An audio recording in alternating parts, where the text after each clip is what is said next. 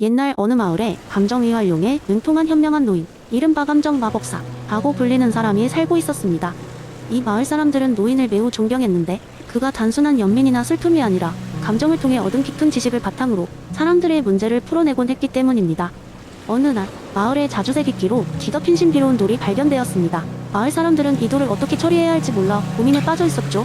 그들은 이 돌이 가져올 수 있는 불운을 두려워했고 동시에 그 아름다움에 매료되어 어떻게든 보존하고자 했습니다. 마을 회의가 열렸지만 아무도 결정을 내리지 못했습니다. 이때 감정 마법사가 회의에 나타나 사람들에게 말했습니다. 이 돌의 진정한 가치를 알기 위해서는 우리의 감정을 믿어야 합니다. 여기에 새로운 돌이 나타났을 때 여러분이 느낀 것은 무엇인가요? 마을 사람들은 처음에는 망설이다가 하나둘씩 자신들의 감정을 털어놓았습니다. 어떤 이는 돌을 보았을 때 가슴이 두근거려 미지의 가능성을 느꼈다고 했고, 또 다른 이는 돌의 자주색 빛깔이 주는 불안함에 대해 이야기했습니다. 마법사는 이런 감정들을 면밀히 듣고는 그들의 감정이 단순한 반응이 아님을 강조했습니다. 여러분의 감정은 우리가 지금 이 돌 앞에서, 우리의 마을 앞에서 무엇이 중요한지를 알려주고 있습니다. 그는 이 감정들을 바탕으로 마을 사람들이 풍경의 변화를 자연스럽게 받아들이고 새로운 시대를 열어갈 준비가 되었음을 알았습니다. 마법사는 감정을 통해 얻은 인식이 각자의 마음 속에 있는 가치를 비춰준다고 설명하며 이 돌이 우리에게 변화의 가능성과 도전의 기회를 주고 있음을 깨달아야 한다고 주장했습니다. 그 결과 마을 사람들은 두려움을 뒤로하고 새로운 시도에 대한 열정으로 가득 찼습니다. 그들은 그 돌을 마을의 중심 광장에 세우고 그것을 새로운 시작의 상징으로 삼았습니다.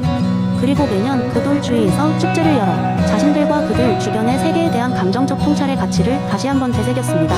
이렇듯 마법사의 인도 아래 마을은 단순히 현실을 받아들이는 것에서 벗어나 그 감정을 통해 물질 인연의 가치를 더욱 깊이 이해하게 되었고, 이를 통해 그들의 삶을 풍요롭게 만들기 시작했습니다. 그렇게 감정적 지식은 마을 사람들이 생활 속에 스며들어 지속적인 변화를 이끄는 원동력이 되었던 것입니다. 두 번째 이야기. 어느 날 시골 마을의 작은 작업장에는 시간이 지남에 따라 고철에 가까워진 오래된 로봇, 이름하여 로봇 L3-37이 있었습니다. L3-37은 한때 도시에서 최신 기술을 자랑하던 모델이었지만 세월의 흐름 속에서 점차 부식이 되어 이제는 보물상에 넘겨지기 직전이었습니다. 그러나 그의 주인 조지 할아버지는 L3-37에 대한 애착이 크기에 여전히 작업장의 한 구석에서 그를 고이 보관하고 있었습니다. 어느 여름날 조지 할아버지는 마을 사람들에게 큰 잔치를 열기로 결심했습니다. 이 잔치는 마을 주민들이 다 함께 모여 즐기는 연례 행사였기에 준비할 것도 많고 손길이 많이 필요했습니다. 문제는 할아버지가 이 모든 준비를 혼자 해야 한다는 것이었습니다. 도움을 주던 친구들도 모두 은퇴했거나 멀리 이사를 가버렸으니까요.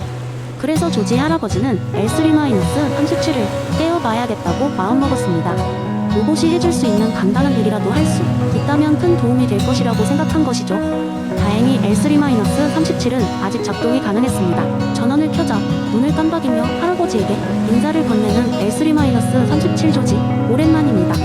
어떻게 도와드릴까요? 조지 할아버지는 로봇에게 저녁 파티 준비를 도와달라고 요청했습니다.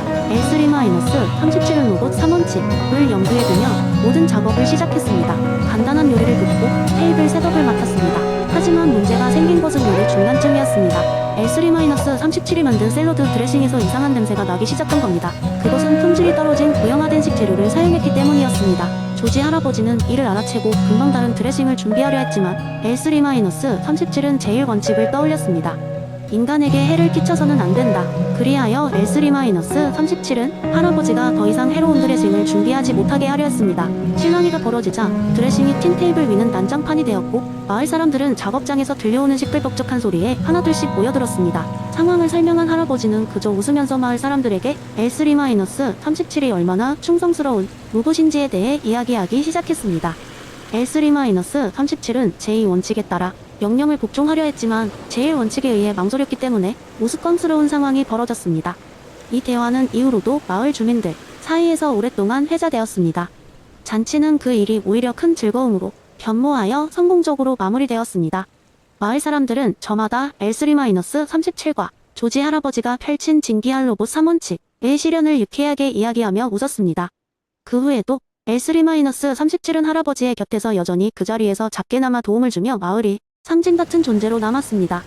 그리고 마을 사람들은 기술과 인간이 어떻게 조화롭게 살아갈 수 있는지를 보여주는 교훈을 되새기게 되었던 것입니다. 로봇의 윤리에 대해 아무리 이론적으로 접근하더라도 실생활에서는 예기치 못한 즐거운 순간들이 종종 생긴다는 것을 깨달은 것이죠. 세 번째 이야기. 옛날 옛적 춘추 전국시대의 중국에는 매우 특이한 마을이 있었다. 이 마을은 인의 마을이라고 불리며 그 주민들은 공자의 철학 중 하나인 인의 개념을 삶의 중심에 두고 살아가고 있었다. 그 마을에서는 인이 모든 일의 기본이었고 주민들은 그 원칙에 따라 행동하며 서로를 존중하고 배려하는 삶을 살고 있었다.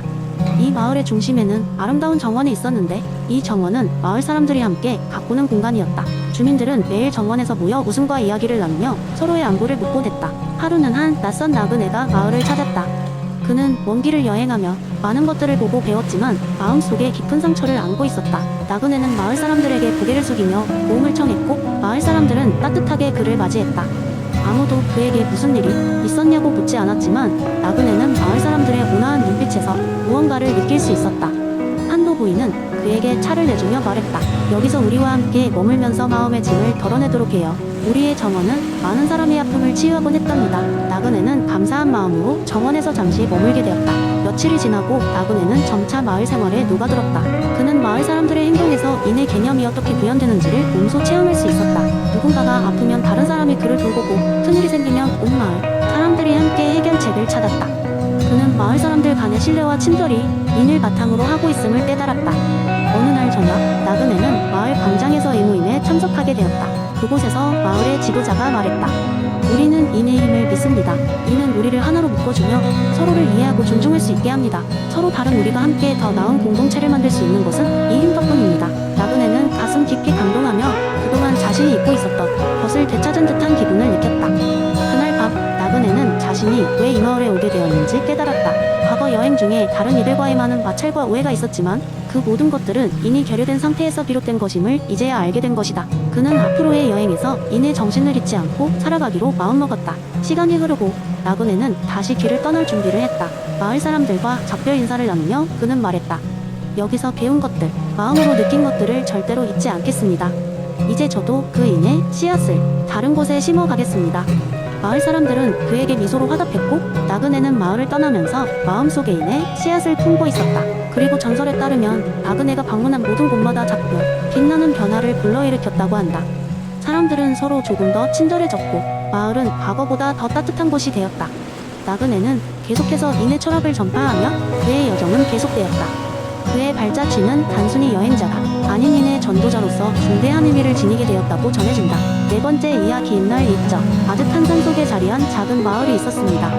이 마을은 그 어떤 지도에도 표시되지 않아서 외부와의 교류도 거의 없었지만 마을 사람들은 모두 화목하고 평화롭게 살아가고 있었습니다. 그 마을의 촌장 이름은 현자 맹자였습니다. 그는 마을 사람들에게 존경받는 인물로 그의 말은 모두 진리로 받아들여졌습니다. 하지만 사람들은 그가 왜 그렇게 존경받는지 정확히 알지는 못했습니다. 그저 그의 존재만으로도 마을이 평화로웠기 때문이었습니다. 어느 날 마을에 낯선 사람이 나타났습니다. 그는 지나온 곳곳에서 전쟁과 갈등을 목격하고 그로 인해 상처받은 이야기들을 가득 담고 있었습니다. 그는 왜 사람들은 서로 싸우고 아프게 하고 상처 주는지를 이해할 수 없었습니다.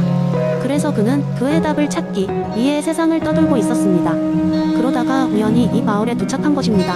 마을로 들어온 낯선 사람은 곧바로 느낌이 달랐습니다. 누구도 소리를 높이지 않았고 어린아이들은 웃으며 뛰놀았고 어른들은 서로를 돕는데 열심이었습니다. 그는 이 마을의 비밀을 알고 싶었고 그래서 현자 맹자를 찾아갔습니다. 맹자는 넓은 정원에서 어린아이들과 함께 모종을 심고 있었습니다.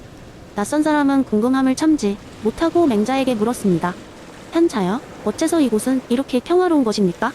다른 곳에서는 모두가 서로를 의심하고 다투는데 이곳은 다릅니다. 그 이유가 무엇인지 알고 싶습니다. 맹자는 그를 바라보더니 잔잔히 미소를 지었습니다. 여기는 특별한 마을이 아닙니다. 단지 우리는 모두가 선한 본성을 가지고 태어난다는 진리를 믿고 살아갈 뿐입니다. 모든 사람 안에는 선이라는 씨앗이 있습니다. 중요한 것은 그것을 어떻게 키우느냐에 달려있지요. 낯선 사람은 더욱더 혼란스러웠습니다. 하지만 많은 사람들은 그 씨앗을 잊고 다투고 있지 않습니까? 왜 그들은 그 선한 씨앗을 키우지 못하는 것입니까? 맹자는 땅에 심어진 씨앗을 가리켰습니다.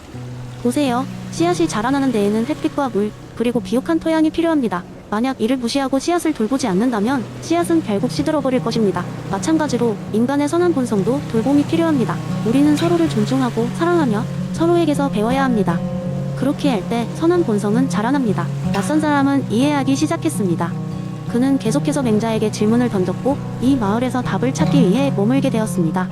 그 과정에서 그는 사람들과 더불어 직접 씨앗을 돌보는 법을 배우고 다른 이들을 인정하고 존중하는 법을 깨달았습니다. 그리고 마을 사람들처럼 그도 점차 평화로운 존재가 되어갔습니다.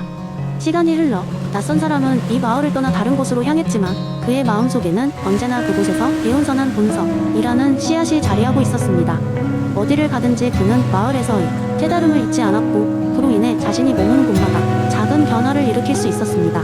마치 하나의 씨앗이 땅에서 자라나 넓은 숲을 이루듯 그의 여정도 사람들의 마음 속에선의 숲을 이루었습니다. 이렇게 맹자의 가르침은 단순히 한 마을에 국한되지 않고 세상 곳곳으로 퍼져나가며 수많은 사람들에게 영감을 주었습니다. 그들의 마음속에 심겨진 씨앗은 각자의 이야기와 함께 자라며 좀 더 나은 세상을 만드는 밑거름이 되었습니다.